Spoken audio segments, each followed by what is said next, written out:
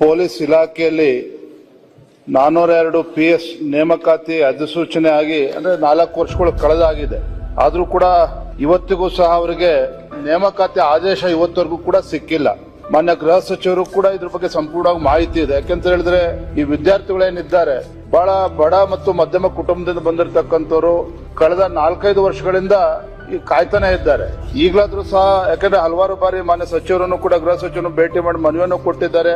ರಸ್ತೆಗಳಿಗೆ ಇವತ್ತು ಹೋರಾಟ ಮಾಡ್ತಕ್ಕಂಥದ್ದು ಕೂಡ ನಾವೆಲ್ಲರೂ ಕೂಡ ನೋಡ್ತಾ ಇದ್ದೇವೆ. ನಾನು ಕೂಡ ಹೋರಾಟಕ್ಕೆ ನಾನು ಕೂಡ ಹೋಗಿದ್ದೇನೆ. ನಾನು ಮಾನ್ಯ ಗೃಹ ಸಚಿವರು ಇಷ್ಟೇ ವಿನಂತಿಯನ್ನು ಮಾಡ್ತಕ್ಕಂಥದ್ದು, ಯಾಕಂದ್ರೆ ಇವತ್ತು ಬಡ ಕುಟುಂಬದಿಂದ ಬಂದಿರತಕ್ಕಂತ ಈ ವಿದ್ಯಾರ್ಥಿನಿಯರು ಇವತ್ತು ಅತಿ ಶೀಘ್ರದಲ್ಲಿ ಇವತ್ತು ನೇಮಕಾತಿಯ ಒಂದು ಆದೇಶ ಪತ್ರ ಅವ್ರಿಗೆ ಕೈ ಸಿಕ್ಕರೆ ಖಂಡಿತ ಅವ್ರು ಫೋಟೋ ಇಟ್ಟು ಪೂಜೆ ಮಾಡ್ತಾರೆ. ಇವತ್ತು ಆ ಪರಿಸ್ಥಿತಿಯಲ್ಲಿ ಇದ್ದಾರೆ ಬಡ ವಿದ್ಯಾರ್ಥಿಗಳು.